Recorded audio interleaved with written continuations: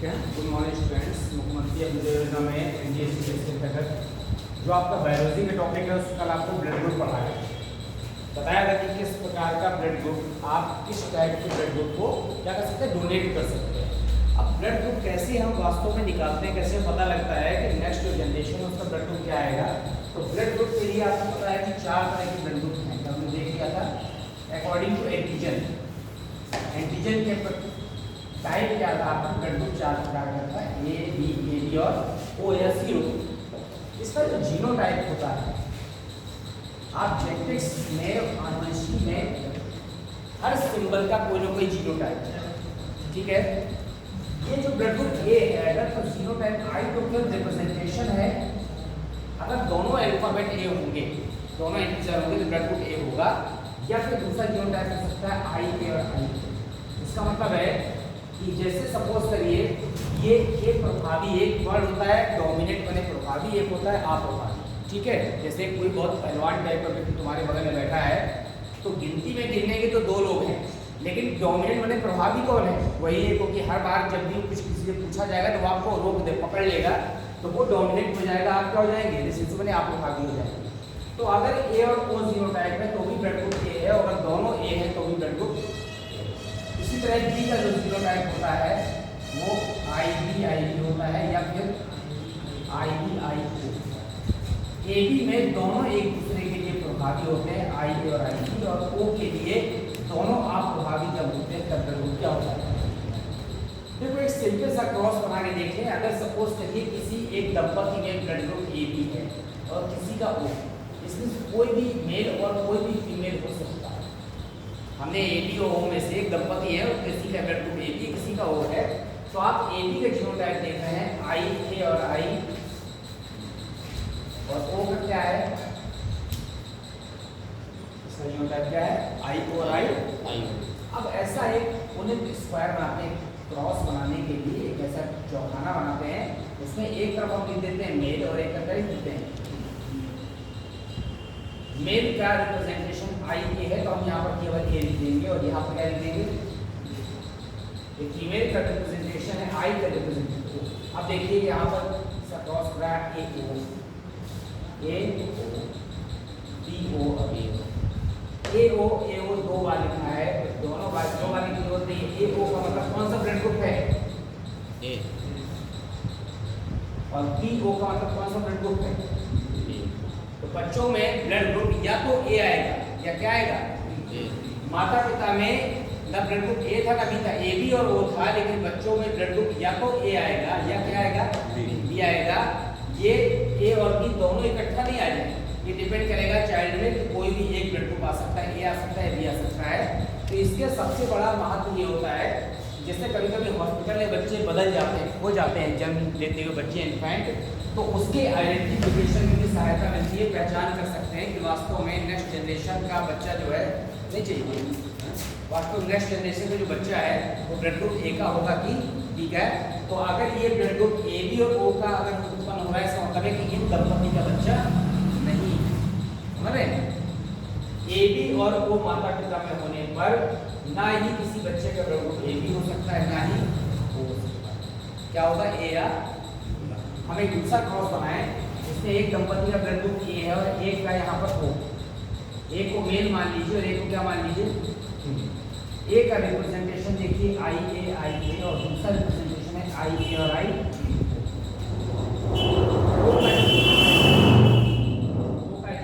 अब इसमें 2 क्रॉस, एक बार इसका क्रॉस इससे कराएंगे और दोबारा इसका इससे कराएंगे। एक बार आप इधर मेल लिख दीजिए, यहाँ भी क्या हो जाएगा, मेल, और ये देखिए यहाँ पर ए और ए, ये क्रॉस इससे कराया है, उससे चारों में सारे बच्चे किस ब्लड ग्रुप के होंगे, एक ए ओ का मतलब। इसमें देखिए यहाँ पर अब इसका क्रॉस कराना है, ए और ओ, यहाँ पर रिप्रेजेंटेशन फीमेल में ओ और ओ है, ए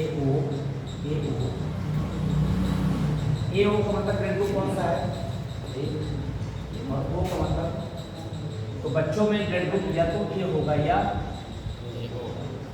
तो आगे की जनरेशन में ब्लड ग्रुप पता लगाने के लिए ये जीनोटाइप आपको पता होना चाहिए। आप आसानी से ज्ञात कर सकते हैं कि बच्चों में कौन सा रक्त समूह होने की संभावना है, ठीक है। लेकिन इससे 100% कन्फर्म पेरेंट्स की जानकारी नहीं हो पाती, वो होती है किससे, डीएनए टेस्टिंग से। तो सामान्य रूप से ये ब्लड ग्रुप और ये जीनोटाइप ये आपको पता होना चाहिए। तो आप क्रॉस करके निकाल सकते हैं बच्चों में ब्लड ग्रुप कौन सा है, इसको फॉलो करें। तो वो सिंपल जीनोटाइप है, ए का ए या एओ, बी का दो बार ए या बी और ए बी में ए और बी दोनों एक दूसरे के लिए समप्रभावी हैं, इसीलिए ब्लड ग्रुप ए बी का जीनोटाइप आई ए और आई बी होता है।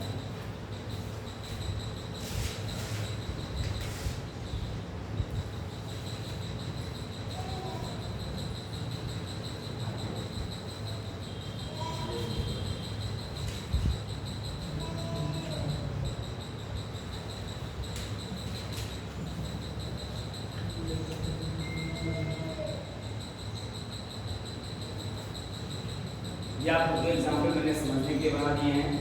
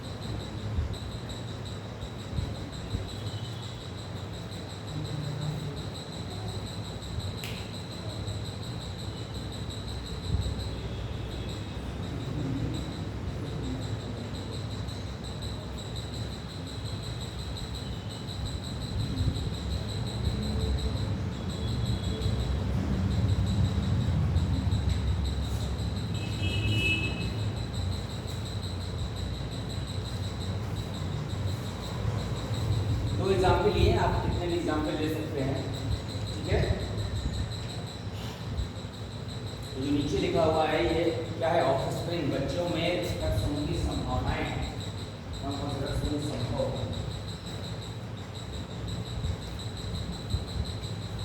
अब ये जो जेनेटिक्स का टॉपिक है, हमको जेनेटिक्स में भी टॉपिक में बहुत ज़्यादा डिटेल नहीं जाना है। जेनेटिक्स में आपको पता है, जेनेटिक्स की डेफिनेशन पता होनी चाहिए। जेनेटिक्स फादर ऑफ जेनेटिक्स इसे कहते हैं, किस पौधे पर उन्होंने रिसर्च की थी। इसके अलावा एक डिसीज होती है सिकल सेल एनीमिया, थोड़ा सा उसको बता दे रहे हैं। और फिर इसके बाद इसमें आ जाएगा सिंड्रोम, ठीक है। सबसे पहले तो आपको जेनेटिक्स पता है, आनुवंशिकी कहते हैं, it is a branch of science, विज्ञान की क्या है, शाखा है, जिसके अंतर्गत इसका अध्ययन करते हैं। जेनेटिक्स को हिंदी में कहते हैं आनुवंशिकी। जितनी भी बुक्स प्रिंट होती हैं वो जेनेटिक्स के नाम से प्रिंट होती हैं। ये विज्ञान की वो शाखा है जिसके अंतर्गत वंशागत लक्षणों, जो वंशागत मतलब जो मदर फादर से किसमें जा रहे हैं, बच्चों में, और विभिन्नताओं का अध्ययन किया है। केवल वंशागत लक्षण नहीं, माता पिता के पूरे पूरे लक्षण हमारे में नहीं आए। कुछ लक्षण किससे आए हैं, वातावरण से आए हैं। अगर ट्विंस जो कल पढ़ाया था आपको, जो मैटरनल ट्विंस हैं, जुड़वा बच्चे हैं, वो आइडेंटिकल ट्विंस वाले, अगर उन दोनों बच्चों को जन्म होने के बाद एक को आप साउथ अफ्रीका में ले जाएं, एक को अमेरिका में ले जाएं, तो उसके रूप रंग आकृति में अंतर आ जाएगा। टेम्परेचर का फर्क पड़ेगा, इसलिए उसका कलर चेंज हो जाएगा, थोड़ा सा शेप आकृति में भी अंतर आ सकता है, ठीक है ना। क्योंकि कोल्ड कंट्रीज में यहाँ पर लेंथ भी क्या होती है, ज़्यादा होती है, लंबाई थोड़ी बढ़ जाएगी। तो यहाँ पर जो जेनेटिक्स है, ये फादर ऑफ जेनेटिक्स आपको पता है किसको कहते हैं, मेंडल, ग्रेगर जॉन मेंडल को कहते हैं। इसमें दो पार्ट, एक होता है हेरेडिटी और एक होता है वेरिएशन। क्या होता है, दोनों को मिला के इसको कहते हैं वंशक। हेरेडिटी माने आनुवंशिकता, और ये क्या है, आनुवंशिकी। दोनों में अंतर है, क्या अंतर है, बता सकता है। आनुवंशिकता एक प्रक्रिया है जिसके अंतर्गत वंशागत लक्षण अगली पीढ़ी में पहुंचते हैं, प्रक्रिया प्रोसेस है। और वेरिएशन मतलब विभिन्नताएं। कोई भी दो बच्चे पूरी तरह से आइडेंटिकल ट्विंस को छोड़कर एक जैसे नहीं हो सकते।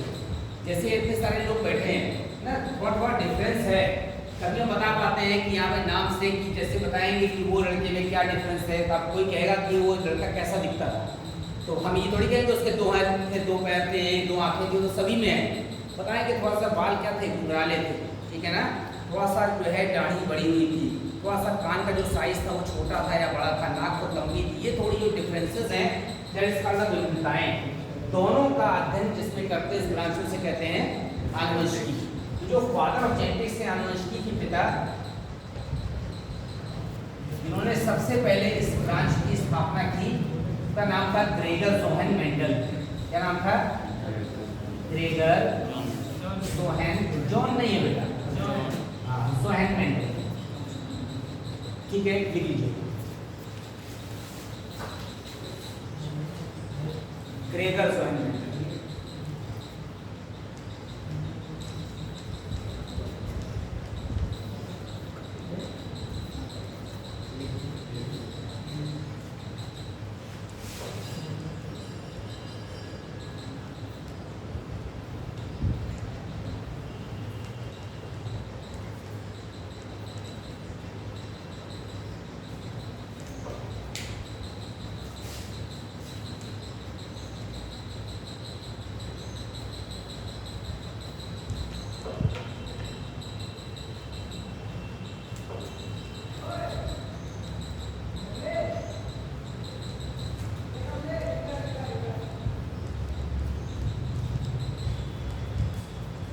जो ग्रेगर जोहन मेंडल है, उन्होंने जिस पौधे पर खोज की थी आनुवंशिकी, उसका नाम है पाइसम सैटिवम, हिंदी में कहते हैं उद्यान मटर। उद्यान वर्ड इसलिए लगाया है कि मटर की बहुत सारी वैरायटी होती है, वाइट पी भी होता है, लेथेरस ऑपरेटस कहते हैं, तो ये उद्यान मटर है। इस पौधे पर उन्होंने अपना रिसर्च किया था, और ये शुरुआत से कोई वैज्ञानिक नहीं थे, ये क्या थे, पादरी थे, एक उसमें चर्च में एक पादरी थे, थोड़ा पौधों का शौक था, इसलिए पौधे उगाते रहते थे, उसी पर रिसर्च करते रहते थे। और इन्होंने जब रिसर्च किया इस पौधे पर, तो इस पौधे का वर्क इसलिए पॉसिबल हो गया, संभव हो गया कि इसका जीवन काल बहुत छोटा होता है, 3 से 4 महीने, तो कई जनरेशन का अध्ययन कम समय में कर सकते हैं। अब हम पीपल पर रिसर्च करेंगे तो पीपल और बरगद को डेवलप होने में ही 20-30 साल लग जाते हैं, है ना, तब तक हमारी लाइफ खत्म हो जाएगी अगली पीढ़ी का अध्ययन करने में। इसीलिए उन्होंने ऐसा पौधा लिया था जो कम समय पर इसका लाइफ स्पॉन या जीवन चक्र क्या हो जाता है, पूरा हो जाता है। अब जेनेटिक्स में जो मेन टॉपिक है उस पर आते हैं।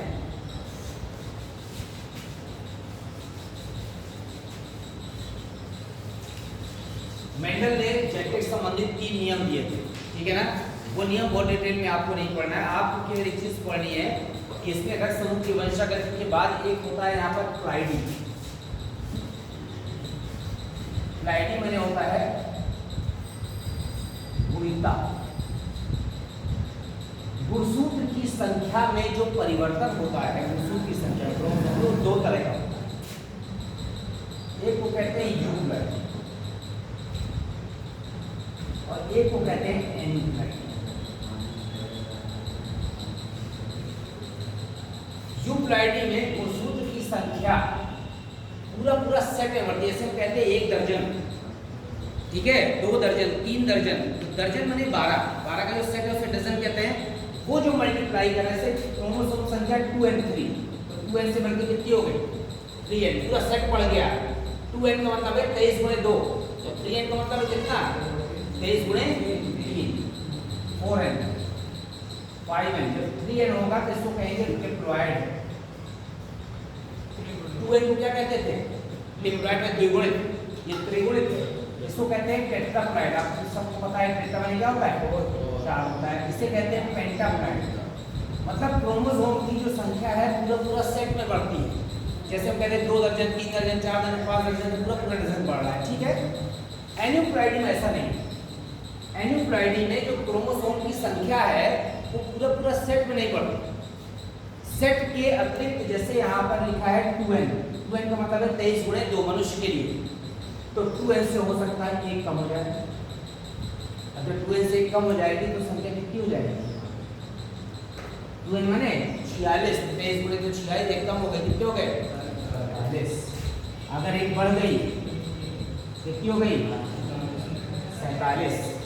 कहीं कहीं लिखा रहता है 2n -1 -1, 44, कहीं लिखा रहता है 2n माइनस 2 बराबर 44, दोनों में अंतर है। 44 क्रोमोसोम दोनों में आएंगे। अब सपोज करिए कि हमारे 23 जोड़ी गुणसूत्र हैं, हम इसको इस तरह से रिप्रेजेंट कर रहे हैं। हर गुणसूत्र किसमें होता है? पेयर में। मतलब अगर एक इस शेप का है तो एक और इस शेप का होगा। 2n माइनस 1 का मतलब है एक सेट से एक कम हुआ और दूसरे सेट से एक कम हुआ, और 2n माइनस 2 का मतलब है पूरा पूरा एक सेट गायब हुआ। ठीक, तो आपको हम इसलिए बता रहे हैं कि एन्यूक्लाइडी में ये जो है इसके अंतर्गत गुणसूत्र की संख्या जब सेट में परिवर्तित नहीं होती, एक या अधिक कम ज्यादा होती, उसे कहते हैं सिंड्रोम। और यही सिंड्रोम कभी पूछा जाता है कि सिंड्रोम किसे कहते हैं। तो गुणसूत्र की संख्या में पूरा सेट में परिवर्तन ना हो, जब एक या अधिक गुणसूत्र कम या ज्यादा हो जाता है तो उसे क्या कहते हैं? एन्यूक्लाइडी कहते हैं। और इसके कारण जो लक्षण उत्पन्न होते हैं उसे क्या कहते हैं? सिंड्रोम। ठीक है, तो आप पहले इतना उतार लीजिए।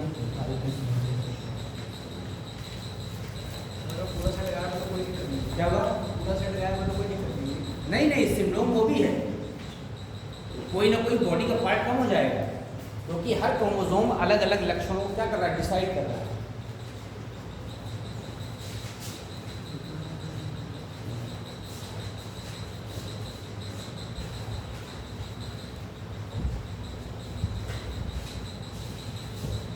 इसमें गुणसूत्र किसमें पढ़ रहे हैं?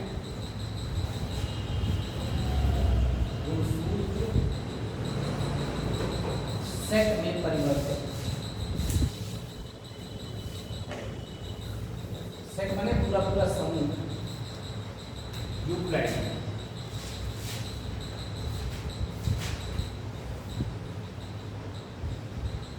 एक या अधिक गुणसूत्र संख्या परिवर्तित। परिवर्तित का मतलब कम भी हो सकती है, ज्यादा भी हो सकती है।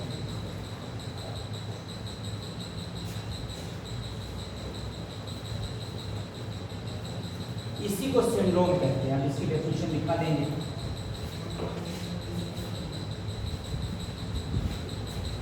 सिंड्रोम कोई रोग नहीं है, हम उसको ठीक करेंगे। That is the inborn defect, जन्मजात।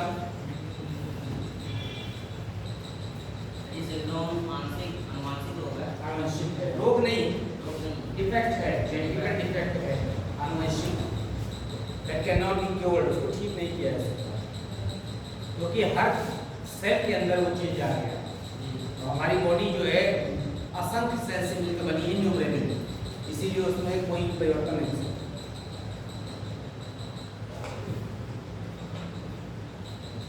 अब क्या होता है, जब एक गुणसूत्र कम हो जाता है उसे कहते हैं मोनोसोम। मोनोमन है, एक रह गया, और जब एक बढ़ जाता है उसे कहते हैं ट्राइसोम। ट्राइमन है, 3 हो गए। नॉर्मली डिप्लॉयड होता है द्विगुणित। द्विगुणित का मतलब है 2n। जब इससे एक कम हो जाए तो मोनोसोमी, और जब एक बढ़ जाए तो ट्राइसोमी। अगर कहीं लिखा है 2n माइनस 1 तो कितने हो जाएंगे टोटल? 44। इसे कहते हैं डबल मोनोसोमी। डबल मोनोसोमी 2 से 1 कम हो गया है, तो अगर एक बढ़ जाए तो उसे कहते हैं कौन सा? न्यूलिसोम। ठीक है, तो आप ये देखेंगे, आपको डिटेल आपको नहीं पढ़ना है, केवल आपको सिंड्रोम की डेफिनेशन लिखिए। सिंड्रोम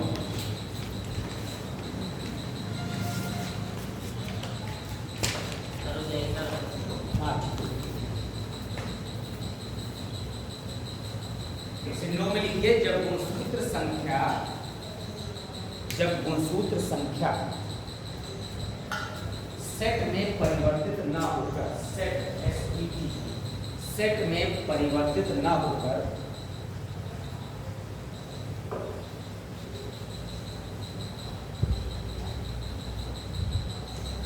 एक या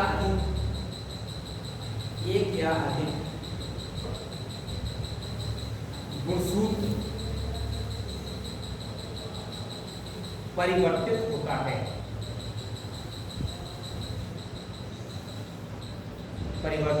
है, तो इसे सिंड्रोम कहते हैं।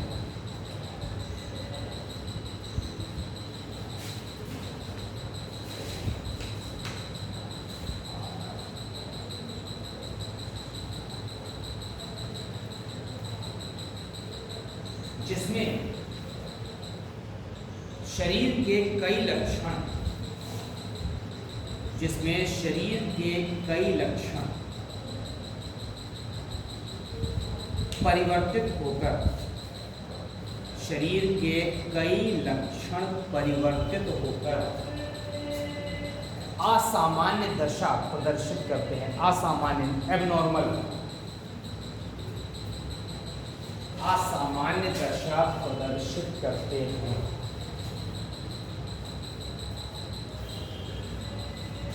अब हमारे सामान्य जो है जनरल नॉलेज में जस्ट 3 सिंड्रोम है। अभी लिखिएगा नहीं, यहाँ पर आप सोच रहे होंगे कि नाम इंग्लिश में लिख रहे हैं, एक्चुअली ये इंग्लिश वर्जन ही है, उसकी हिंदी लिख सकते हैं आप डाउन को। डाउन सिंड्रोम में क्या होता है, लैंगडन डाउन एक साइंटिस्ट, उन्होंने देखा कि कुछ बच्चों में क्रोमोसोम संख्या 1 बढ़ जाती है, ठीक है ना। और ये जो क्रोमोसोम संख्या बढ़ जाती है ये डिपेंड करता है कि जो शुरुआत के 22 जोड़ी ऑटोसोम है, ऑटोसोम बढ़ा है कि सेक्स क्रोमोसोम बढ़ा। तो यहाँ पर कौन सा क्रोमोसोम बढ़ा था, 21वीं जोड़ी। सपोज करिए 21वीं जोड़ी में ए था तो 3 हो गए थे, समझ रहे हैं। तो 2n + 1 माने 1 बढ़ा, कौन सा बढ़ा, 21वीं जोड़ी का। टोटल कितने हो गए, अरे आप 46 तो होते ही है, 1 बढ़ा तो 47 हो गए, ठीक है ना। इसकी खोज लैंगडन डाउन ने की। इसमें जो क्रोमोसोम संख्या 47 हो गई थी 21वीं जोड़ी के बढ़ने के कारण, ऐसे शिशु की लंबाई कम रह गई बड़े होने पर, ठीक है, उंगलियां छोटी रह गई। ये जो पलकें हैं ये इतनी ज़्यादा ऐसे बंद होती कि उसको ऐसे देखना पड़ता था, ठीक है, पलकें गलित हो गई, ठीक है। मेंटल डेवलपमेंट हो गया, मानसिक विकास कम हो गया, और उसके दोनों होठों के बीच में, सोते समय भी बीच में गैप बना जाता है। तो ये जो लक्षण थे उसे क्या कहते हैं, डाउन सिंड्रोम कहते हैं। तो पहले लिखे डाउन सिंड्रोम।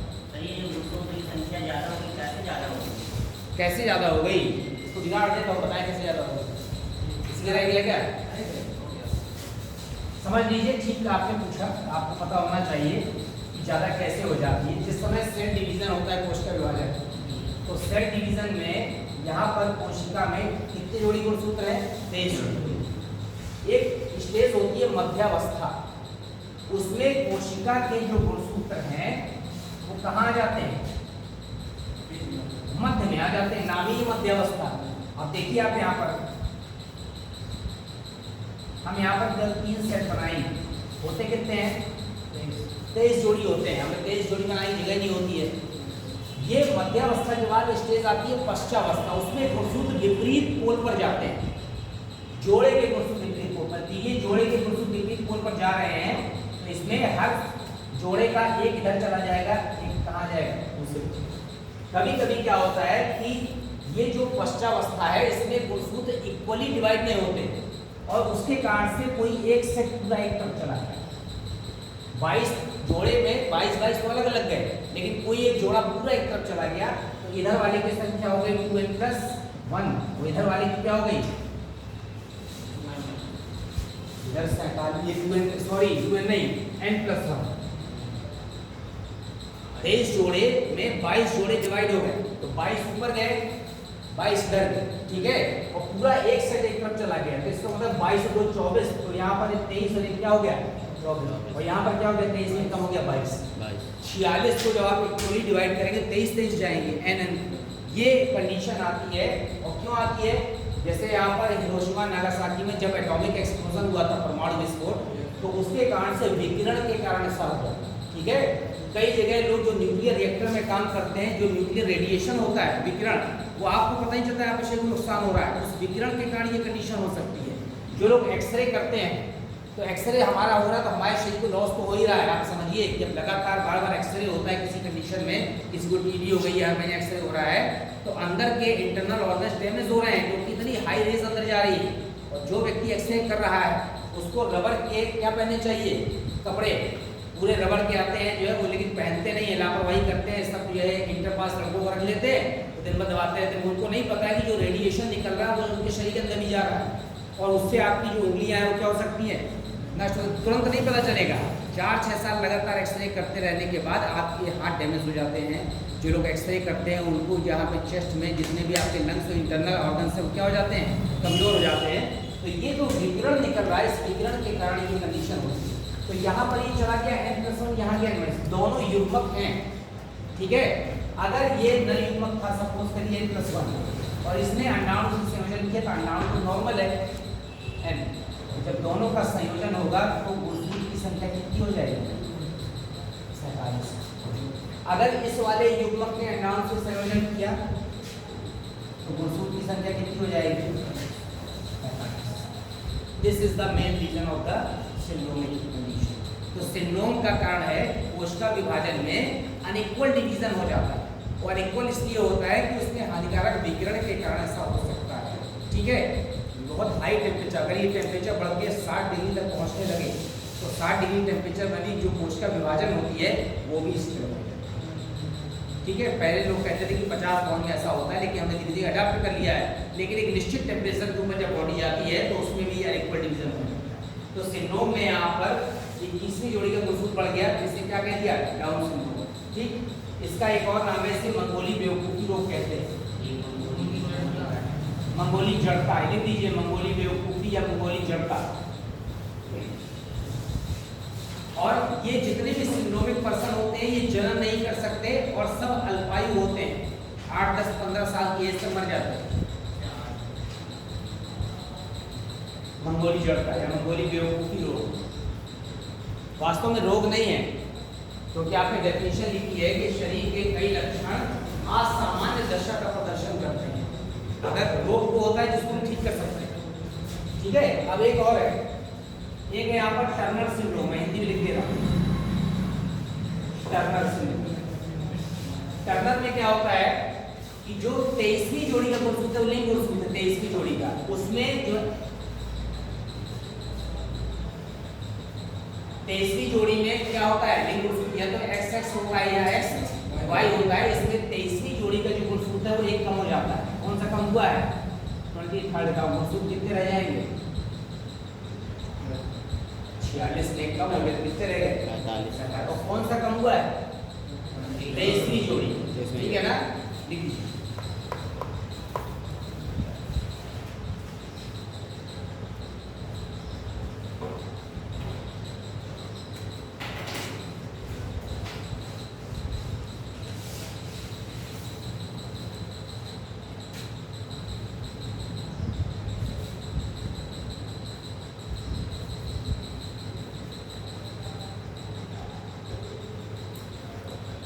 ये जो फीमेल्स होती हैं कि उसमें एक ही एक्स क्रोमोसोम रह जाता है, वो भी जनन नहीं कर सकती। तीसरा है क्लाइनफेल्टर, ये था इंपॉर्टेंट। इसमें क्या होता है, जो 23वीं जोड़ी का गुणसूत्र है वो बढ़ जाता है। 23वीं जोड़ी का लिंग गुणसूत्र कितनी हो जाएगी संख्या? 47 डाउन में भी थी, लेकिन कौन सा बढ़ा था? 21वीं जोड़ी के। यहाँ कौन सा बढ़ रहा है? 23वीं जोड़ी। अब आप एक नॉर्मल कंडीशन देखिए, सपोज करिए कि एक व्यक्ति में 44 ऑटोसोम होते हैं, 22 जोड़ी माने 44, ये माने ऑटोसोम, और प्लस XX माने फीमेल है, ये नॉर्मल फीमेल। अगर एक X बढ़ गया, कोई भी बढ़ सकता है X या Y, तो इसको कहते हैं सुपर फीमेल। क्या कहते हैं? ठीक है। अगर मान लीजिए कि नॉर्मल कंडीशन थी, 44 ऑटोसोम थे और यहाँ पर XY था, मेल था ये, अगर इसमें एक Y गुणसूत्र बढ़ गया तो इसे कहते हैं सुपर मेल। ये स्टेन नहीं है, मेल और सुपर मेल, आप देखो कि सुपर मेल है, मेल, ठीक है। सुपर मेल का मतलब है इसमें मेल कैरेक्टर इतने ज़्यादा डेवलप हो गए हैं कि ना मेल कैरेक्टर डेवलप है ना फीमेल, दोनों ही लक्षण विकसित नहीं हो पाए हैं। ये सब जन्म के अयोग है। अगर एक कंडीशन ऐसी होती है कि यहाँ पर ये फीमेल थी और इसमें एक Y क्रोमोसोम बढ़ गया, कोई भी बढ़ सकता है X से Y। अब इस वाले में दोनों कैरेक्टर डेवलप है, XX होगा फीमेल के लक्षण है, ठीक है, मेमोरी ग्लैंड्स, दुग्ध ग्रंथियां वगैरह है इसमें, और Y का मतलब है इसमें मेल के लक्षण है, इसमें जो है नर जननांगी अल्प विकसित है, और इस वाले जो व्यक्ति के जो दुग्ध ग्रंथियां हैं है मेल वो, लेकिन जो मेमोरी ग्लैंड्स है उसमें मिल्क सिक्रीशन नहीं हो रहा, लेकिन ये जो दुग्ध ग्रंथियां है क्या हो जाती हैं? ज़्यादा डेवलप हो जाती हैं, उसको कहते हैं गायनेकोमैस्टिया। ये सब जन्म के अयोग्य हैं, ठीक है। ये डाउन सिंड्रोम आएगा, बेटा down syndrome, Turner syndrome, Turner ये लक्षण क्या? किसके? टर्नर के जो फीमेल्स होती हैं उसमें अल्प विकसित जननांग होते हैं, ठीक है। और क्लाइंट में ये सुपर फीमेल का मतलब है जो फीमेल कैरेक्टर है बहुत ज़्यादा डेवलप हो गए हैं लेकिन जनन के अयोग्य हैं, ठीक है। यहाँ पर सुपर मेल है मतलब मेल के लक्षण ज़्यादा विकसित हो गए हैं और सभी सिंड्रोमिक व्यक्ति जनन के अयोग्य होते हैं और अल्पायु होते हैं।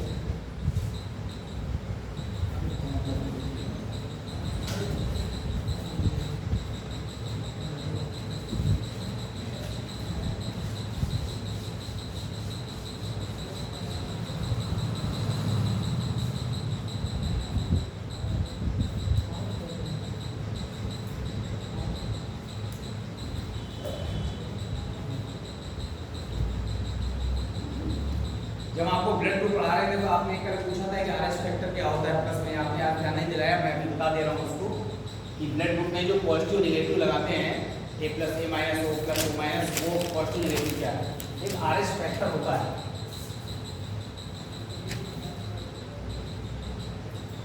हिंदी में कहते हैं आरएच कारक, ठीक है। अक्सर पूछा जाता है आरएच कारक क्या है। एक साइंटिस्ट हुए हैं यहाँ पर लैंडस्टीनर एवं वीनर। लैंडस्टीनर तो वो थे जिन्होंने क्या खोजा था, ब्लड ग्रुप खोजा था। एक साइंटिस्ट और इनके साथ हैं लैंडस्टीनर एवं वीनर। अभी तक आपके शरीर में हमारी आरबीसी में या मनुष्य की आरबीसी में केवल दो प्रकार के एंटीजन होते हैं, ए और बी, ठीक है। जिसमें ए है वो उसका ब्लड ग्रुप ए है, जिसमें बी है ब्लड ग्रुप बी, जिसमें दोनों है ब्लड ग्रुप ए बी है, जिसमें कोई नहीं है वो ओ है। इन्होंने क्या किया, लैंडस्टीनर और वीनर ने, एक बंदर था रीसस बंदर का नाम, इन्होंने रीसस बंदर में एक और नया एंटीजन खोजा, रीसस मंकी। अब क्योंकि रीसस से खोजा तो इसका शॉर्ट फॉर्म क्या लेंगे, रीसस मंकी में नया एंटीजन। अब जब नया एंटीजन खोजा तो उसका नाम रखना था कुछ, उसको क्या नाम रख दिया, जिसे आरएच फैक्टर नाम दिया। जिस ब्लड ग्रुप में, सारे ब्लड ग्रुप 4 प्रकार के हैं, जिनमें ये आरएच फैक्टर पाया जाता है वो प्लस है। अगर हमारा ब्लड ग्रुप ए है, हमें पाया जाएगा तो वो ए प्लस है। ये अलग से एंटीजन है, ये कंपल्सरी नहीं कि पाया जाए। अगर हमारा ब्लड ग्रुप ए है और ये एंटीजन नहीं पाया जाएगा तो ए माइनस, ये नेगेटिव, पाया जाएगा तो ए पॉजिटिव, ठीक है। तो उसे क्या नाम दिया, जिसे आरएच कारक नाम दिया, लिख लीजिए इसको।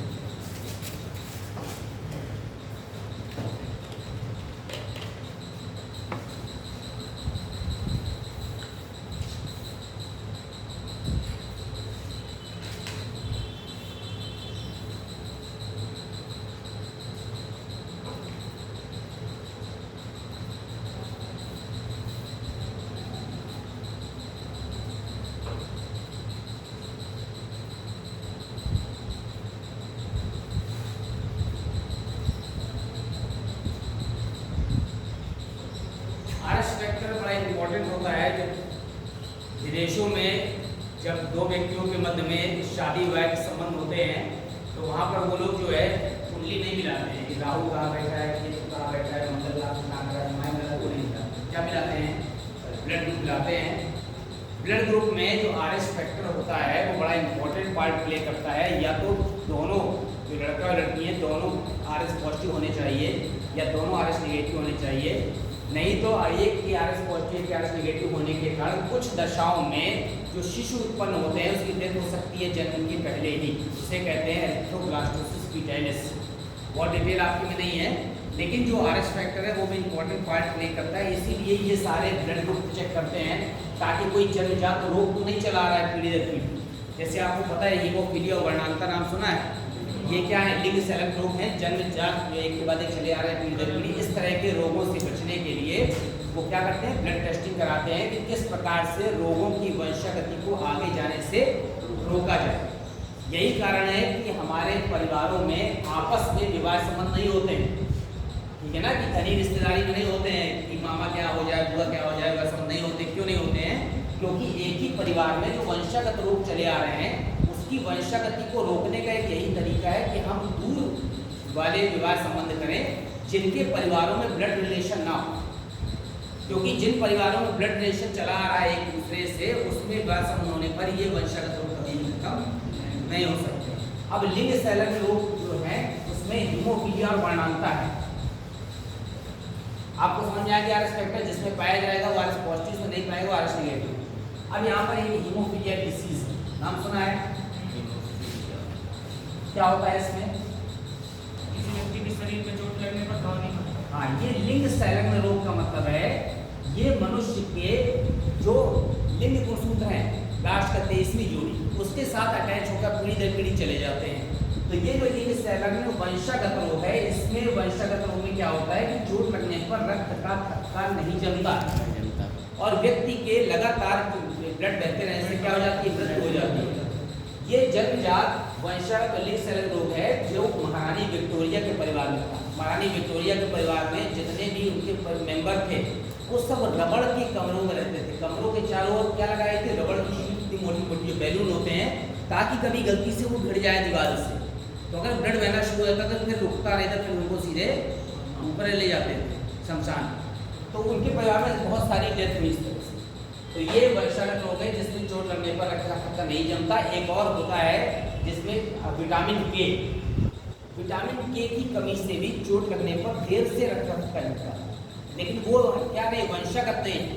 ये वंशागत रोग है जिसमें रक्त का थक्का जमता ही नहीं है। और इसकी जो हीमोफीलिया की जो वंशागत है वो महारानी विक्टोरिया के परिवार में खोजी गई। तो ये क्या है, यहाँ पर इसको एक और नाम है, इसको कहते हैं ब्रीडर्स डिसीज, रक्त श्रावण रोग।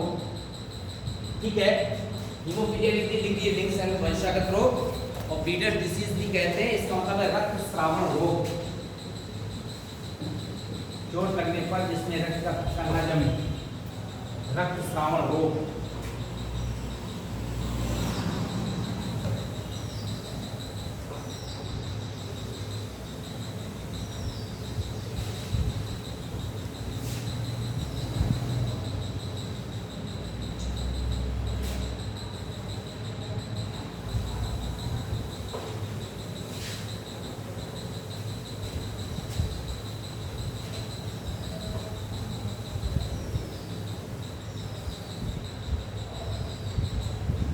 एक दूसरी डिसीज है कलर ब्लाइंडनेस, हिंदी में कहते हैं वर्णांधता। ये भी लिंग संलग्न वंशागत रोग है, डिजीज में भी।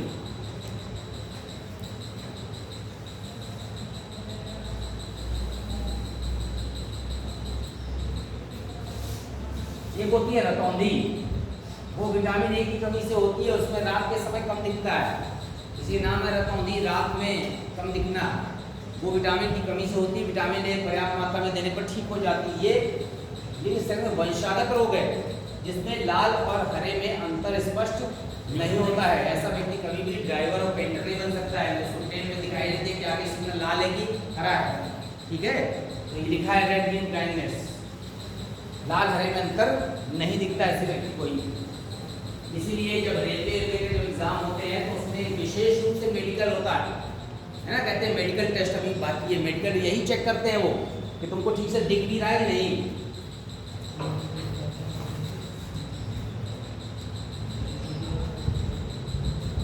शरीर में सबसे अंग तो सारे इंपॉर्टेंट हैं, लेकिन अगर सबसे ज्यादा उपयोगी कोई है तो आंखें ही है। देखेगा तभी पढ़ोगे, ठीक है।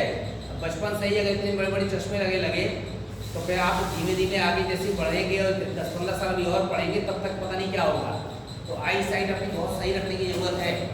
दिन भर मोबाइल बैठे बैठे देखना और दिन भर लेट कर टीवी देखने से जो है आंखें क्या होती हैं, डिस्टर्ब हो जाती हैं। हमारा जो विजन है वो एकदम स्ट्रेट लाइन पर पड़ रहा है। ऑप्टिकल एक्सिस जानते हैं, प्रकाशीय अक्ष, तो जो आपकी आँख होती है, इस आँख में ये वाला पार्ट कॉर्निया है, तो जो ठीक सेंटर पर जो इमेज बनती है सामने, ठीक है ना, वो सबसे क्लियर इमेज बनती है प्रकाशीय अक्ष पर। क्योंकि यहाँ पर क्या होता है, येलो स्पॉट होता है, पीत बिंदु, सबने पढ़ा होगा स्कूल में, नहीं पढ़ा तो बता दे रहा हूँ। अब आप जब तिरछा लेट जाते हैं तो फिर जो इमेज है वो तिरछी आती है, तो आपका जो लेंस है वो प्रकाश किरणों को फोकस सबसे अच्छा तब करता है जब वो सामने से स्ट्रेट रहता है। इसीलिए जो है बोर्ड में जो पढ़ाते हैं क्लासरूम में वो ज़्यादा इफेक्टिव होता है। ऑनलाइन पढ़ना उतना इफेक्टिव नहीं, ऑनलाइन एक विकल्प है, लेकिन आप सोचें कि हम स्कूल न जाए, हम सब ऑनलाइन पढ़ लेंगे तो आपकी कभी बुद्धि का विकास नहीं हो सकता। क्यों नहीं हो सकता? जब आप क्लासरूम में पढ़ते हैं तो ऑडियो विजुअल ऐड होता है, हमारी आंखें भी काम कर रही हैं, हमारा कान भी काम कर रहा है, हम कुछ बोल भी रहे हैं, टीचर की बात सुन भी रहे हैं, तो आँख कान का सारी इंद्रियाँ एक्टिव है, ठीक है। और घर में ऐसे लेट गए समझ लीजिए, मोबाइल ऑन कर लिया, ऑनलाइन क्लास चल रही है, 2 नींद भी आ गई, अब वो कुछ बोल रहा है कोई मतलब नहीं, क्योंकि आप उतना एक्टिव नहीं है। तो इसीलिए यहाँ पर आप अपनी आई साइड को जितना अच्छा रख सकते हैं उतना रखिए, क्योंकि अभी आपको पढ़ना है, आपके लिए आँखें ही सबसे महत्वपूर्ण है। वो नहीं रहेंगे तो कुछ दिखेगा नहीं, जब दिखेगा नहीं समझ में नहीं आएगा। थोड़ी सी भी आँख अगर वीक होती है तो आपको ब्लड इमेज बनेगी धुंधली और तुरंत सिर दर्द शुरू हो जाएगा। अगर पढ़ते समय थोड़ी देर में ही सिर दर्द शुरू हो जाता है, इस मतलब आपको आँखें टेस्ट करने की जरूरत है। और मन ही नहीं लगता है, बहाना है कि सिर दर्द हो रहा है तो जिंदगी भर होता रहेगा, उसको कोई मतलब नहीं है। ठीक, तो ये हीमोफीलिया हो गया, कलर ब्लाइंडनेस हो गया। इसके बाद एक डिसीज और है, आपने सुना होगा, सिकल सेल एनीमिया।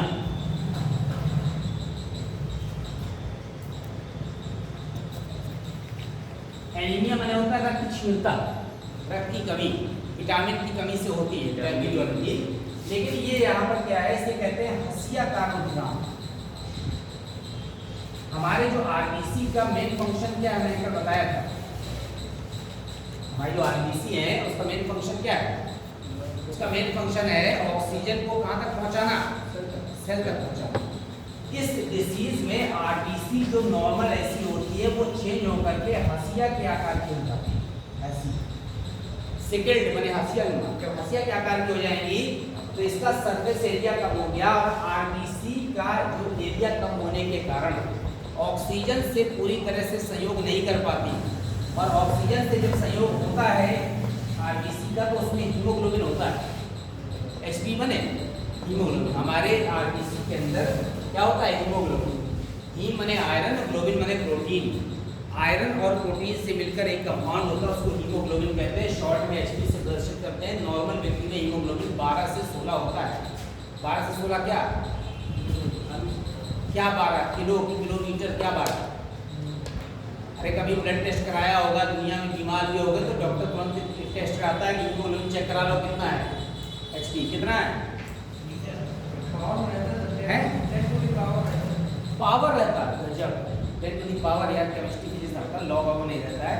12 से 16 ग्राम प्रति 100 ml, 100 ml में 12 से 16 ग्राम हीमोग्लोबिन होना चाहिए।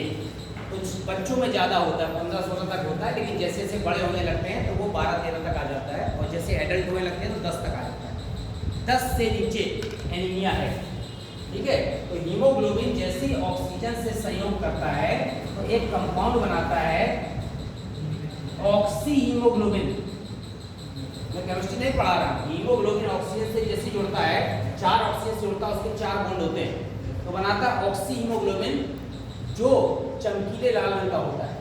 इसीलिए जिन लोगों में हीमोग्लोबिन अच्छा होता है वो व्यक्ति जब योगा करते हैं तो पूरी फ्रेश एयर जब अंदर जाती है तो रक्त चमकीले लाल रंग का हो जाता है, और वो लोग जो है अलग चमकते दिखाई देता है, हेल्दी बॉडी, ठीक है ना। और अगर यहाँ पर हीमोग्लोबिन कम मात्रा में है, आप कितना भी योगा कर रहे हैं तो ऑक्सीजन अंदर जा रही है लेकिन हीमोग्लोबिन नहीं है, कम है, तो सहयोग नहीं करेगा तो ऑक्सी हीमोग्लोबिन कम बनेगा।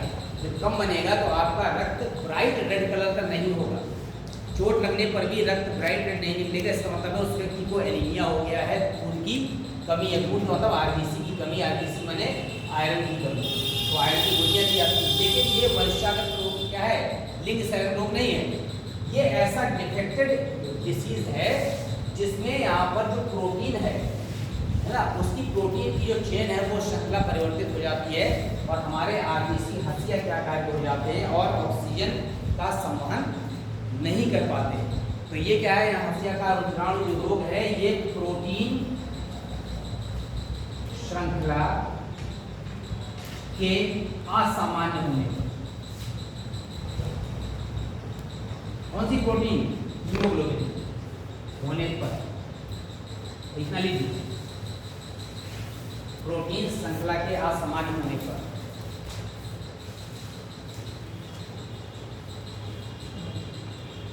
क्या रुक जाएगा, ऑक्सीजन का संवहन कम हो जाएगा, ऑटोमेटिक आपको वीकनेस आ जाएगी।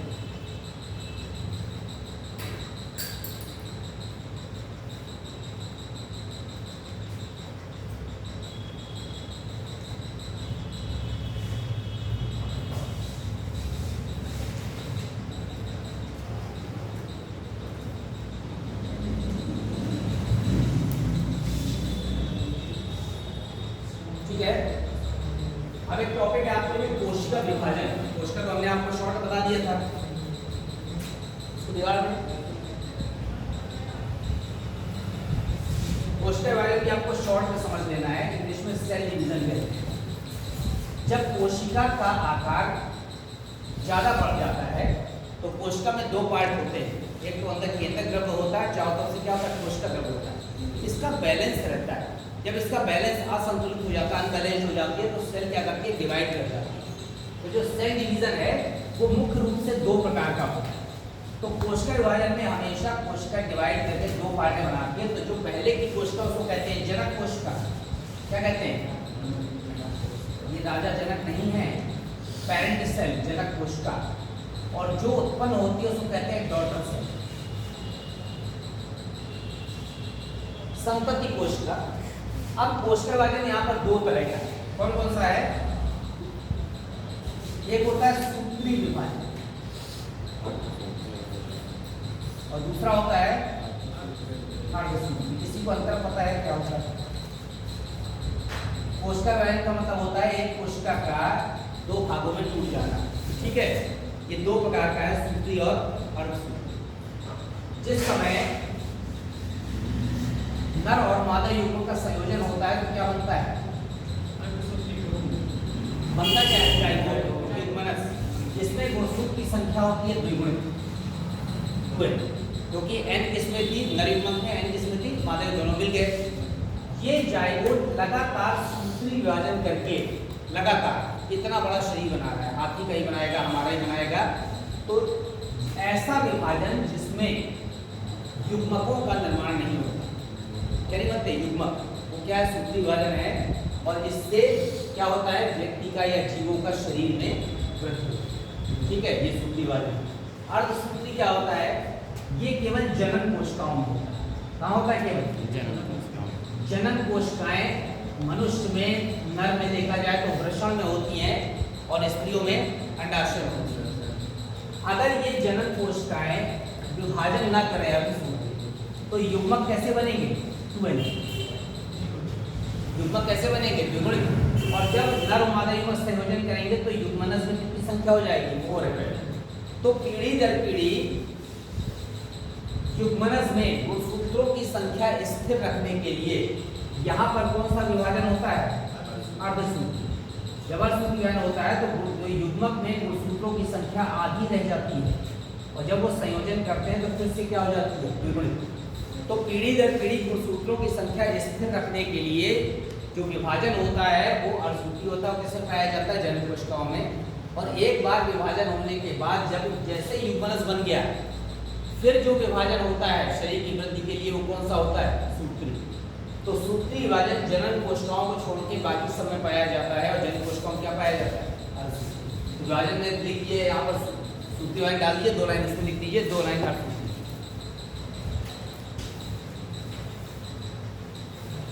सेल डिवीजन में 2 पार्ट थे, सूत्री और अर्धसूत्री। सूत्री को इंग्लिश में माइटोटिक कहते हैं, माइटोटिक डिवीजन सूत्री विभाजन। फ्लेमिंग ने खोजा था, एक साइंटिस्ट हुए फ्लेमिंग। क्या होता है इसमें सूत्री विभाजन में, बताइए, देखिए ऐसा विभाजन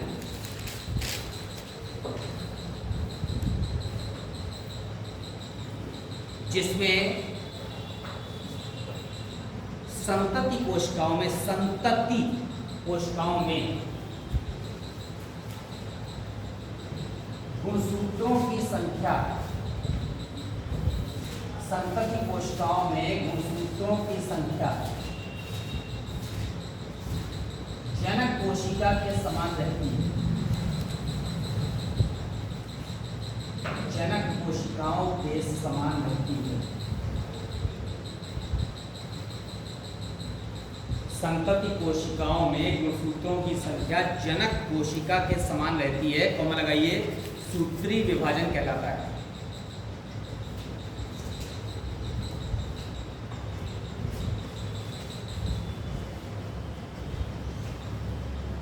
जिससे शरीर की वृद्धि होती है, जिससे शरीर की वृद्धि होती है।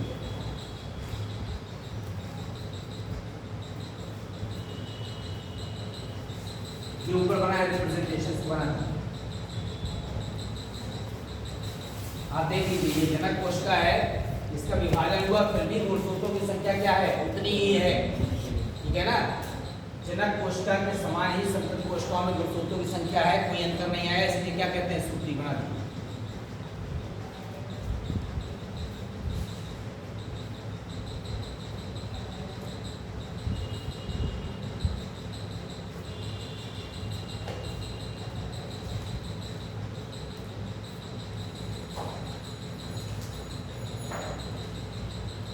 अब हम किसमें आ गए, अर्धसूत्री, इंग्लिश में मियोटिक डिवीजन कहते हैं।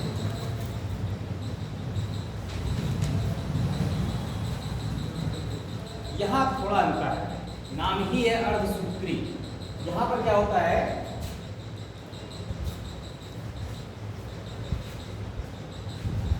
जैसे ही विभाजन शुरू होता है तो एक जनक कोशिका कितने में टूटती है, 2।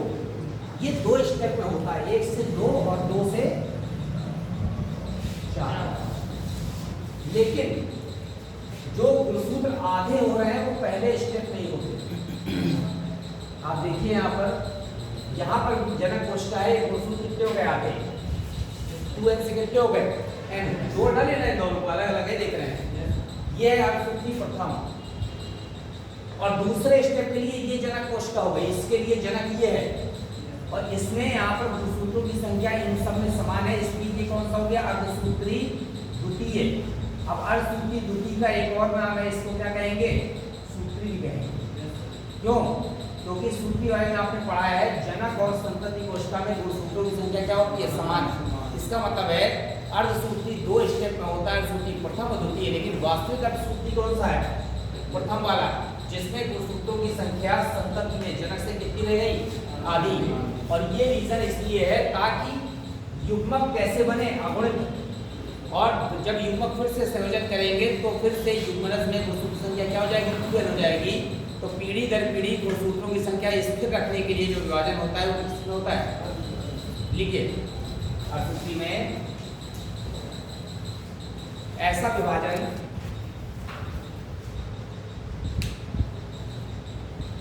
जिसमें संतति कोशिका में गुणसूत्रों की संख्या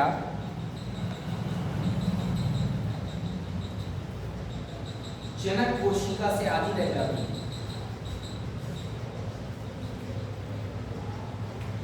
जनक कोशिका से आधी रह जाती है।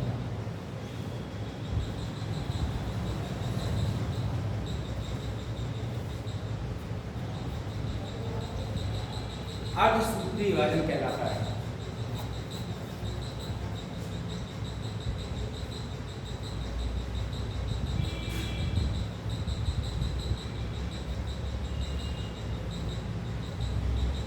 जिसकी खोज फार्मर एवं मोरे ने की,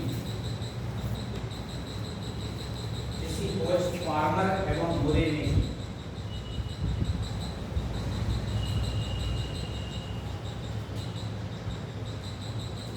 यह केवल जनन कोशिकाओं में होता है। अब जनन को अंडरलाइन करिएगा, जनक अलग है, जनन अलग है। यह केवल जनन कोशिकाओं, जनन का मतलब है नर है तो वृषण की कोशिकाएं और फीमेल है तो अंडाशय की कोशिकाएं। यह केवल जनन कोशिकाओं में होता है और 2 चरणों में होता है। 2 स्टेप में हो रहा है, अर्धसूत्री प्रथम और सूत्री द्वितीय।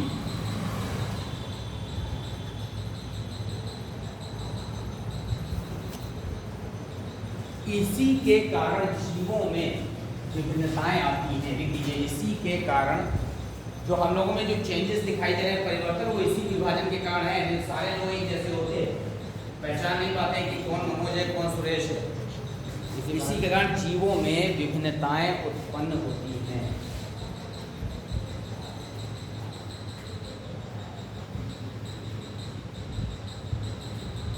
बना दीजिए,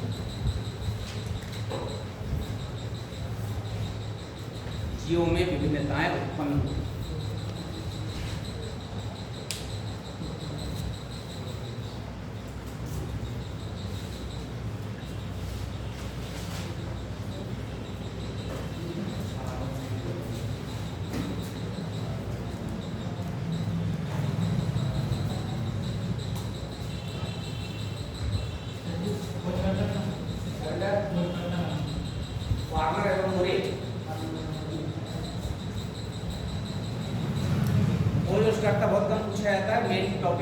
पूछे जाते हैं। सूत्री वैन क्या होता है, सूत्री क्या होता है।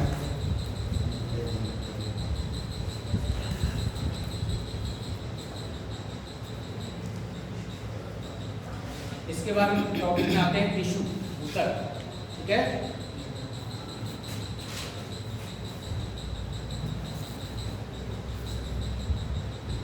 नाम सुनाइए आपने, क्या है उत्तर बताओ। कोशिकाओं समूह कोशिकाओं नहीं, ये गलत है। नहीं, ये भी गलत है। थोड़ा सा सही बताया। लिखिए उत्तर में समान उत्पत्ति एवं कार्यों वाली, समान उत्पत्ति एवं कार्यों वाली कोशिकाओं का समूह, समान उत्पत्ति एवं कार्यों वाली कोशिकाओं का समूह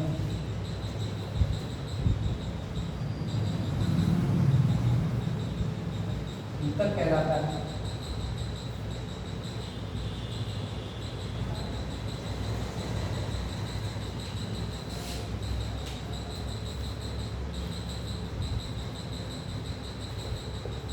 यह नाम विकाट ने दिया। तो टिश्यू शब्द था, बहुत सारे वैज्ञानिक ने किसी ने प्लांट के लिए इसीलिए कहीं पे लिखा था, एंड्रयू ने दिया, ग्रू भी हैं, ये सब विकाट ने दिया, साइंटिस्ट हैं। और इनका अध्ययन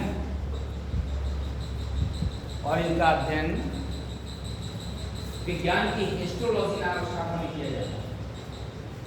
इनका अध्ययन विज्ञान की हिस्टोलॉजी, सामने लिखा है, नामक शाखा में किया जाता है।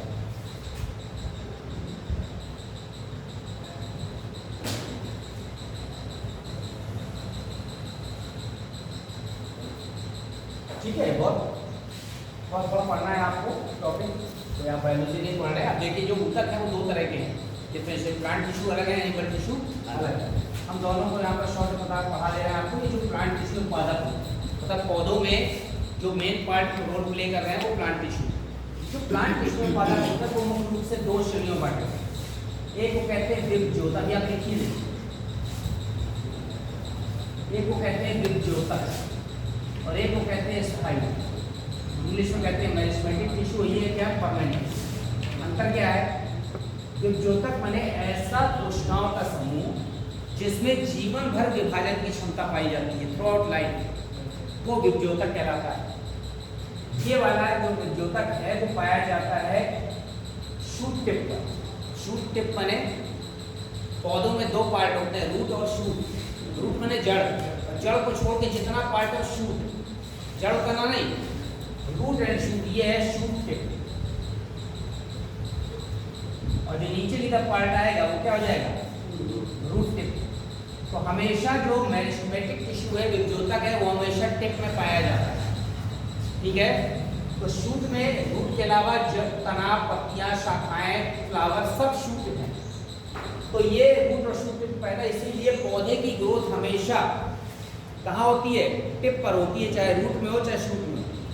एक क्वेश्चन कभी कभी जो है जनरल नॉलेज का आता है, पूछा जा सकता है कि एक पौधा हर साल 3 फीट बढ़ता है, कितना, 3 फीट। प्रारंभ में वो 10 फीट का था, कितने का था, 10 फीट का था। और जमीन से 5 फीट ऊपर हमने एक कील गाड़ दी थी। जब वो 10 फीट का था तो हमने जमीन से 5 फीट ऊपर, ये 5 फीट है, क्या गाड़ दी, कील। अब वो हर साल 3 फीट बढ़ता है, तो 3 साल बाद कील कहाँ होगी, वही होगी। क्यों, क्योंकि ये कहाँ से बढ़ रहा है, टिप से बढ़ रहा है दोनों तरफ से। तो कील हमने जहाँ गाड़ी, कील वहीं रहेगी, ठीक है ना। तो इससे आपको पता चलता है कि जो विभज्योतक है वो केवल तने और या शूट और रूट की लंबाई के लिए, वृद्धि के लिए उत्तरदायी है। बाद में फिर विभज्योतक के पार्ट कर दिए गए कि जो यहाँ पर ऊपर की तरफ पड़ेगा, यहाँ पर वो एपिकल मेरिस्टेम है, शीर्षक विभज्योतक। फिर इसके बाद कुछ दिन बाद जब पौधा पुराना हो जाता है तो वो किससे बढ़ता है, थिकनेस बढ़ती है उसकी।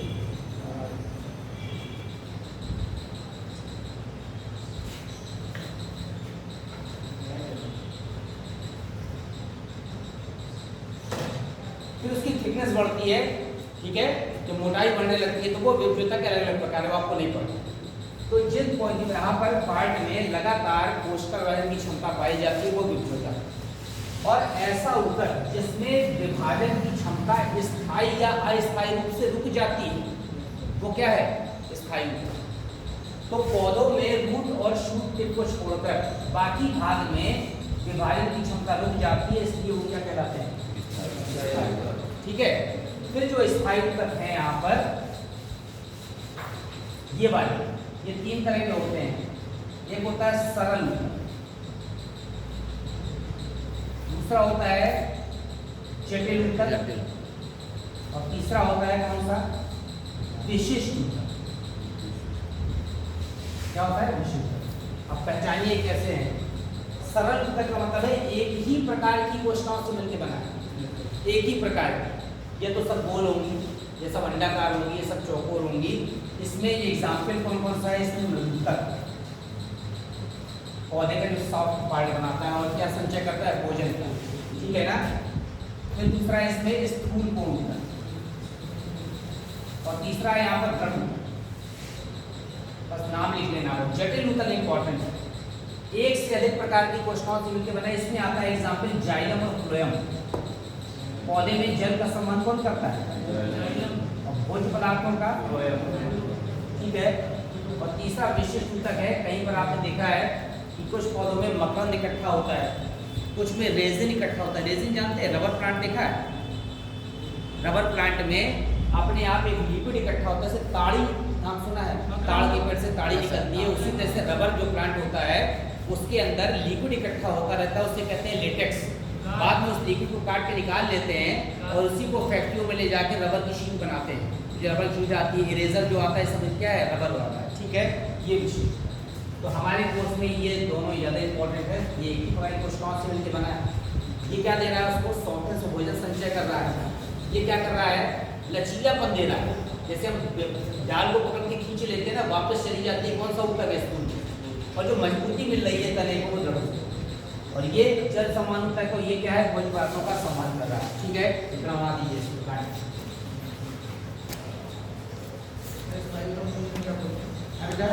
कॉम्प्लेक्स टिश्यू, ये सिंपल टिश्यू है, ये कॉम्प्लेक्स है, ये स्पेशलाइज्ड है।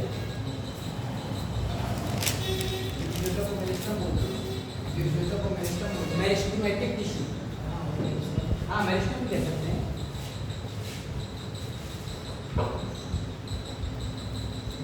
नीचे वाला परमानेंट टिश्यू है।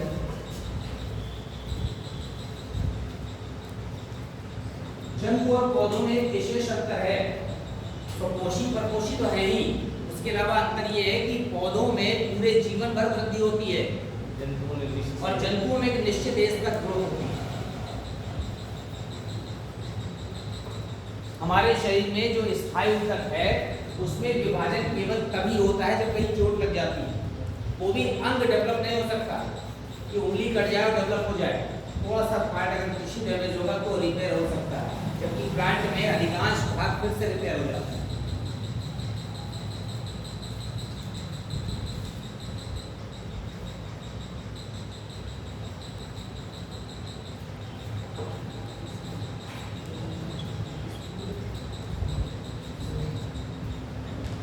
और सर डायबिटीज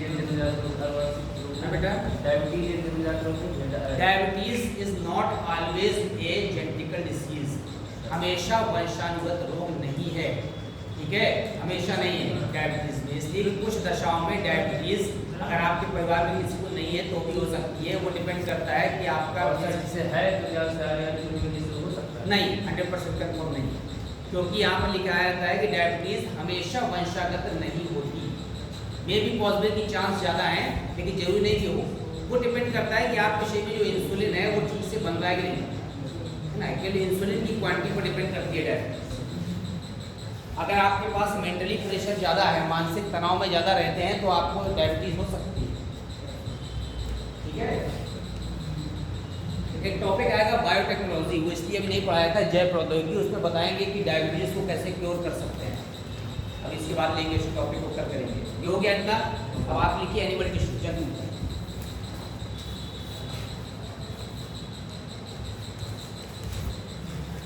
अब प्लांट टिश्यू को 2 पार्ट में बांटा था, एनिमल टिश्यू को 4 पार्ट में बांटा।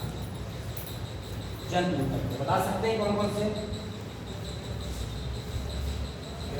बहुत सरल है, ये सब कक्षा 5-6 में है, 5th में 6th में, अब तो बहुत छोटे बच्चों में 4th में आ गया। मेरी बिटिया 4th में आ रही है, तो 9th में पढ़ोगे, मेरी बिटिया 4th में है। अब अभी आप इतने बूढ़े नहीं हो गए, आपने पढ़ा होगा क्लास 6 7 में। हमारी बात अलग है कि हम लोग ने 15 साल पहले इंटर कर लिया, 16 साल पहले, तब की बात अलग है। अच्छा कोई बात नहीं। एनिमल टिश्यू में 4 प्रकार हैं जंतु ऊतक में। क्या कौन कौन से? एक होता है यहाँ पर एपिथेलियम ऊतक, माने उपत्वची ऊतक, ठीक है ना, मैं हिंदी लिख दे रहा हूँ, चल नाम लिख देंगे। एपिथेलियम,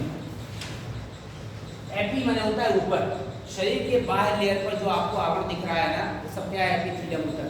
इसी एपिथेलियम ऊतक में हमारे नेल्स भी आते हैं, नाखून भी आते हैं, बाल भी आते हैं, सारी चिपकी। दूसरा है आपका संयोजी ऊतक। संयोजी से नाम से सुने कनेक्टिव टिश्यू कहते हैं, नाम से समझ में आ रहा है, जो विभिन्न भागों को आपस में जोड़ता है। कौन जोड़ता है? उन भागों को आपस में कौन जोड़ता है? रक्त जोड़ता है, blood, that is also connective tissue, ठीक है, तो वो इसमें आ जाता है। इसके बाद आता है पेशी ऊतक, मस्कुलर टिश्यू, ठीक है ना। पेशियां 3 प्रकार की होती हैं, रेखित, अरेखित और हृदय पेशी। पढ़ा है ना, भूल गया है?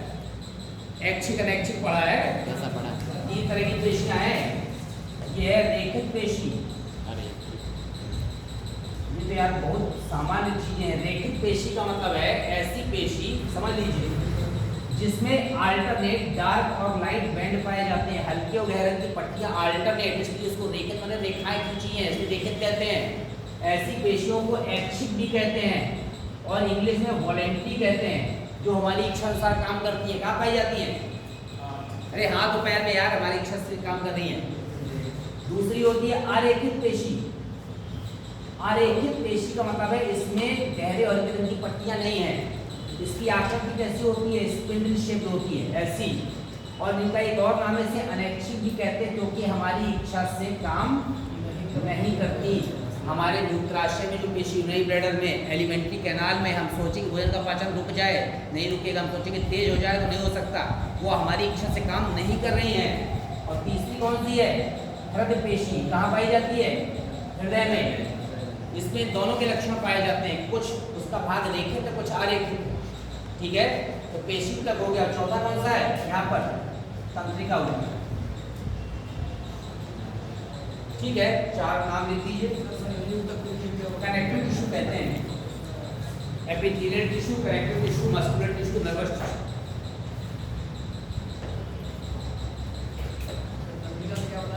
नर्वस टिश्यू में पढ़ते थे क्या? देखिए इंटर हो गया है, अभी इंटर 11th की 12th।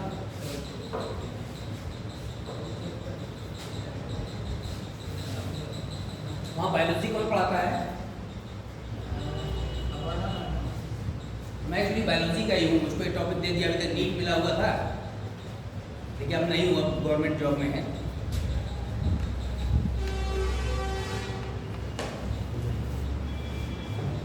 ठीक है,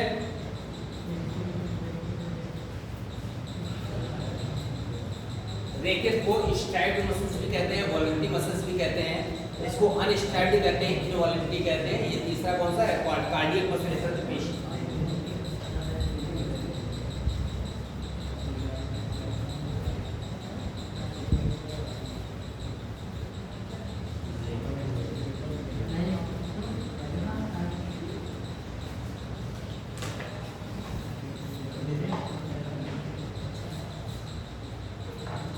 अब एक टॉपिक आपके में है जैव विकास, ठीक है ना, नाम सुना है? ऑर्गेनिक एवोल्यूशन, जैव विकास। तो बता सकता है क्या है?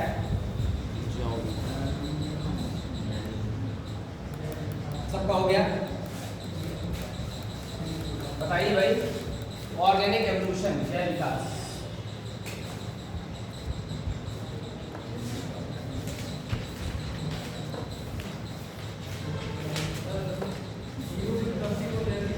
बेटा, जीवों की उत्पत्ति, ओरिजिन ऑफ लाइफ हो जाएगा, एवोल्यूशन वर्ड यूज कर रहे हैं। उत्पत्ति हो चुकी, उत्पत्ति के बाद निम्न श्रेणी के जीवों से जो हायर या डेवलप्ड एनिमल्स है या प्लांट्स है, उनका डेवलपमेंट कैसे हुआ है, वो क्या कहलाता है? Organic evolution.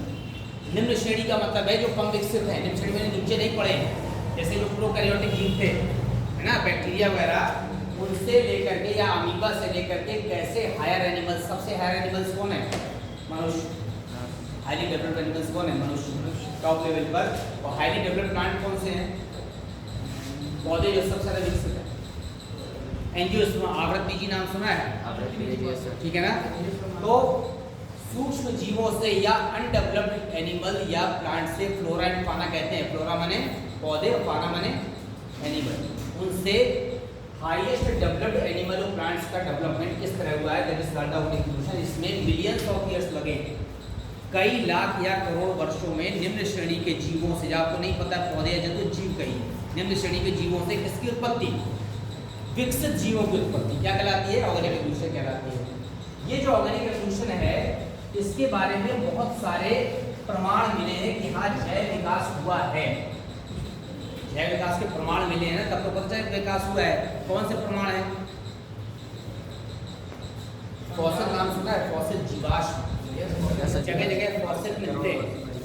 ये एक रॉक चट्टान, चट्टान में सबसे अपर लेवल पर जो फॉसिल हैं वो कॉम्प्लेक्स है। कॉम्प्लेक्स माने जटिल, मल्टी सेलुलर कॉम्प्लेक्स। और जो सबसे लोअर लेवल पर जो फॉसिल मिल रहे हैं वो क्या है? सिंपलेस्ट है। इसका मतलब है कि चट्टान किससे बनी है? सैंड से बनती है, बालू से। लगातार सैंड की लेयर एक के ऊपर एक डिपॉजिट होती जाती है और उस समय जो एनिमल या प्लांट्स थे वो इसी के लेयर के बीच में दब गए, और दबने के बाद कैसे कन्वर्ट हो गए फॉसिल में। तो जो अपर लेयर है वो सबसे न्यू है, सैंड की जो अपर लेयर है जो रॉक में कन्वर्ट हो गई सबसे नई लेयर है, जो सबसे बॉटम की लेयर है सबसे क्या है? पुरानी। तो सबसे सिंपल एनिमल सबसे बॉटम वाली लेयर मिल रहे हैं। इसका मतलब है कि जो पहले के जो एनिमल या प्लांट थे वो क्या थे? बहुत सिंपल थे, और आजकल के क्या है? बहुत कॉम्प्लेक्स। कॉम्प्लेक्स माने मल्टी सेलुलर है, ज़्यादा डेवलप्ड है। इसका मतलब है कि सिंपल ऑर्गेनिज्म से कॉम्प्लेक्स ऑर्गेनिज्म का जो ओरिजिन हुई है that is called the organic evolution, जैव विकास। तो फॉसिल की सहायता से आसानी से देखा जा सकता है कि जीवाश्म, उसको जीवाश्म कहते हैं, कि जीवाश्म में एक प्रमाण है कि हाँ जैव विकास हुआ है। और इसके अलावा कौन सा प्रमाण है? समझात अंग। देखो होमोलॉगी है, ठीक है ना, बहुत सब चीज लिखने की जरूरत नहीं है, समझ लीजिए। होमोलॉगी का मतलब समझात। समझात अंग का मतलब कुछ अंग ऐसे होते हैं जिनकी उत्पत्ति समान है। तुम बेटा बात बहुत देर से कर रहे हो, ठीक है, कोई दिक्कत हो रही है? बाद में बता लेना। समझात अंग वो अंग होते हैं, सम माने समान, जात माने उत्पत्ति, ठीक है। तो ऐसे अंग जिनकी उत्पत्ति समान है लेकिन कार्य भिन्न हो सकते हैं, हमेशा भिन्न नहीं है, कार्य भिन्न हो सकते हैं, वो समझात अंग कहलाते हैं। जिससे पता चलता है कि जीवों का विकास सिंपल एनिमल से हुआ है। जैसे हमारे हाथ हैं और घोड़े के क्या है? पैर हैं। तो पहले हम लोग भी 4 पैर से चलते थे, हमारे एंसेस्टर पूर्वज कभी माने गए हम 4 पैर से चलते थे। तो ये वाला है जब हम जो पहले हमारी बैकबोन ऐसी, तो जब हम ऐसे खड़े हुए बाइपिटल लोकोमोशन में, तो हमारी ये जो बैकबोन है स्ट्रेट हो गई। तो स्ट्रेट हो गई तो जो आगे के पैर कैसे मिल गए? हाथ में, ठीक है। तो ये हमारे हाथ और घोड़े के पैर, ये दोनों समझाते हैं उत्पत्ति समान है, कार्य अलग अलग है। हमारा हाथ काम करने के लिए, उसकी आगे के पैर क्या लिए हैं? दौड़ने के लिए, ठीक है ना। एक होता है एनालॉग। एना माने होता है फंक्शन, जिसका कार्य समान हो लेकिन उत्पत्ति भिन्न हो। ऐसे में जिनकी उत्पत्ति क्या है? भिन्न है, लेकिन कार्य क्या है? समान है। जैसे यहाँ पर कीटों के पंख और पक्षियों के पंख, दोनों का काम उड़ने का है, लेकिन पक्षी के पंख आगे के पैरों के रूपांतरण है। आपको पता है हम लोग उसमें भी 4 पैर थे, लेकिन आगे के पैर कैसे बदल गए? पंख में। और जो पक्षी, उसके कीटों के जो पंख है वो स्किन से बनते हैं, त्वचा से। दोनों का कार्य सेम है लेकिन उत्पत्ति क्या है? अलग अलग। तीसरा अवशेषीय अंग, जो भी हमने आपको बताया, सॉरी अभी ये कौन सा? जीवाश्म, फॉसिल वो बताया। इसके बाद एक अवशेषीय अंग, वेस्टिजियल ऑर्गन। ये भी जैव विकास के बहुत स्पष्ट प्रमाण है कि हाँ मनुष्य की उत्पत्ति या जीवों की उत्पत्ति कैसे हुई है। जैसे सपोज करिए कि वेस्टिजियल ऑर्गन में हमारी जो बैकबोन है, बैकबोन का जो लास्ट पार्ट है उसे कॉर्डल वर्टिब्री कहते हैं। क्या कहते हैं? टेल, पुच्छ कशेरु। हमारी यूनिकेटी जहाँ खत्म हो रही है वहाँ पर ऐसी नोक जैसी है, ठीक है ना, वहाँ से पहले पूंछ लगी हुई। पूंछ का क्या काम था? चीज़ों को पकड़ने का।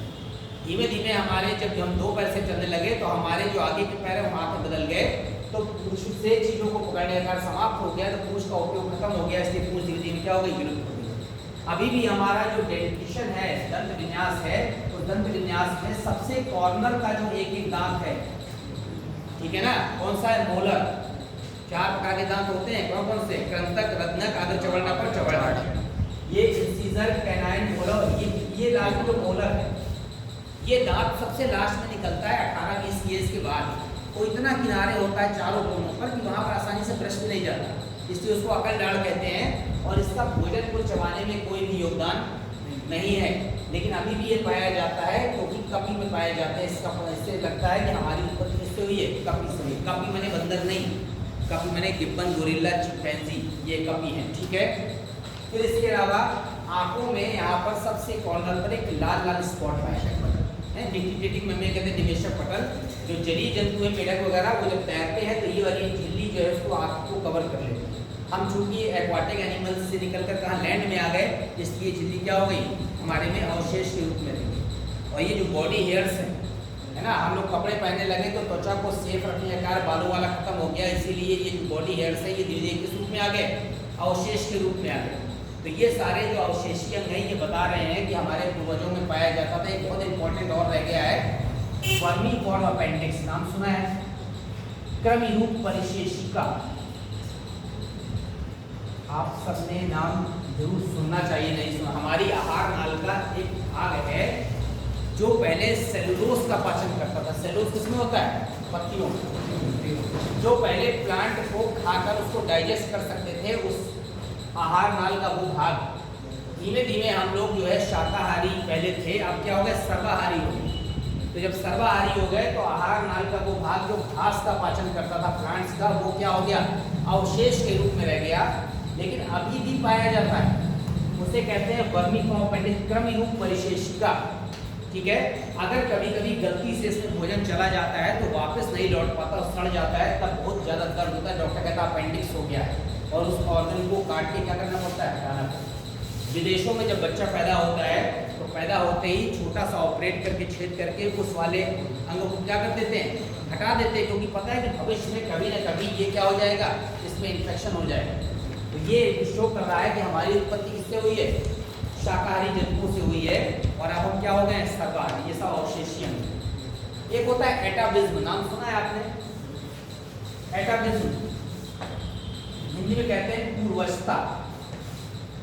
कभी कभी कुछ छोटे बच्चों में जो जन्मजात बच्चे पैदा होते हैं उसमें ऐसे लक्षण विकसित हो जाते हैं जो हमारे पूर्वजों में थे। जैसे एटाबिज्म में एक है यहाँ पर लॉइन बेबी। कभी कभी किसी बच्चे के में इतनी छोटी सी टेल डेवलप हो जाती है। जब वो पैदा होता है तो लास्ट में जो टेल बढ़ रही है पुंछ कशेरुक, उसके नीचे इतनी सी पूंछ लगी होती है, उसे क्या कहते हैं, लॉइन बेबी कहते हैं। इसी तरह से किसी बच्चे में जो पैदा होता है पूरे शरीर में बालों की तरह, यहाँ पे जो हेड में जो है बाल, इसी तरह के पूरे शरीर में घने बाल हो जाते हैं, रीछ की तरह। ये भी पूर्वजता है। पूर्वजों के लक्षण अचानक कभी कभी डेवलप हो जाते हैं, जो ये शो करते हैं कि हमारे पूर्वजों में लक्षण पाए जाते थे। ये सब जैव विकास के प्रमाण हैं। इन्हीं प्रमाणों के आधार पर 3 वैज्ञानिक हुए हैं जिन्होंने अपनी थ्योरी दी है।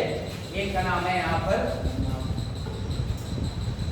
बताइए, लेमार्क। पूरा नाम मैंने आपको बताया था, यहाँ क्या है, जीन बैप्टिस्टे डी लेमार्क। एक साइंटिस्ट हुए हैं, इन्होंने अपनी जैव विकास संबंधी परिकल्पना इन्हीं प्रमाणों के आधार पर दी। उनकी पुस्तक का नाम है फिलोसफी जूलॉजिक, फिलोसफी। इस पुस्तक में उन्होंने इसका क्या किया है, वर्णन किया है, जूलॉजिक।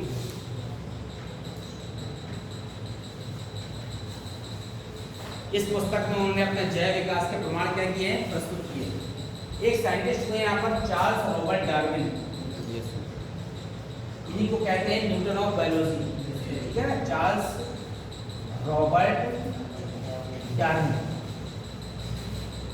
इन्होंने भी अपना जैव विकास संबंधी मत प्रस्तुत किया है, और इन्होंने जो है जो अपनी पुस्तक लिखी है, ठीक है ना, उस पुस्तक में इन्होंने बताया कि किस तरह से जीवों में आपस में विभिन्नताएं उत्पन्न होती है और कैसे प्रकृति में क्या कर सकते हैं, सर्वाइव या जीवित रह सकते हैं।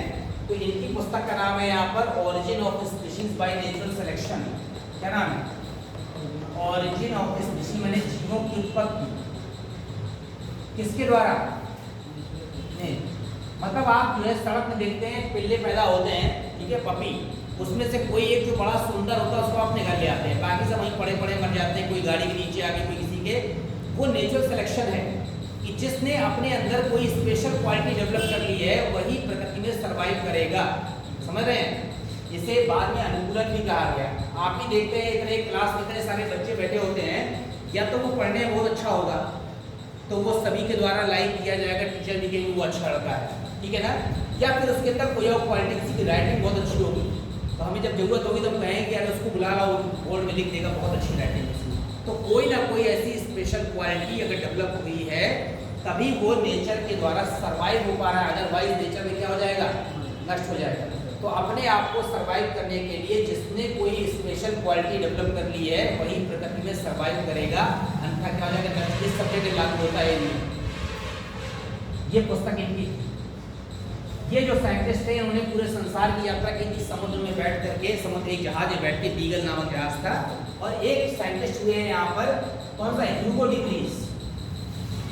इन्हों का आपको नाम याद कर लीजिए। ह्यूगो डी ग्रीस एक वैज्ञानिक हुए हैं, इन्होंने यहाँ पर एक परिकल्पना दी, म्यूटेशन थ्योरी, उत्परिवर्तनवाद। उन्होंने कहा कि अचानक प्रकृति में या अचानक जीवों में ऐसे नए लक्षण विकसित हो जाते हैं जिसके कारण वो क्या कर लेते हैं? अपने को अडाप्ट कर लेते हैं। जैसे मान लीजिए अचानक किसी के 5 या 6 उंगली हो गई। डार्विन ने कहा था कि लक्षण धीमे धीमे उत्पन्न होते हैं पीढ़ी के लिए, ऐसा नहीं है अचानक कोई बच्चा पैदा होता है उसकी 5 या 6 उंगली हो जाती है, ऐसा थोड़ी कि उसमें पिताजी में इतनी रही होगी, बब्बा में इतनी, धीरे धीरे नहीं बढ़ रही है। इसे कहते हैं म्यूटेशन, उत्परिवर्तन। अब 6 हो गई तो कह देंगे छंगा, 4 रह गई तो चंगा। तो ये हम लोग जो नए नए नाम रख देते हैं, ये अचानक क्या है? ये म्यूटेशन है, उत्परिवर्तन। अचानक किसी बच्चे में पैदा होती है या किसी गाय में देखते हैं पैदा होते पेट से एक पैर निकल आता है, ठीक है, तो उसको ठिकिया में चढ़ाया, 2-4 लोगों ने निकल पड़े, ये भगवान जी आ गए हैं, वो पैसा चढ़ाओ। तो ये क्या है? म्यूटेशन है, जो उत्परिवर्तनवाद है उसकी ह्यूगो डी ग्रीस ने। तो 3 वैज्ञानिक हुए जैव विकास में, लैमार्क, डार्विन और, ठीक है, तीनों का आपको नाम याद रखना है। और जैव विकास का मतलब होता है सरल जीवों से जटिल जीवों की उत्पत्ति कैसे हुई।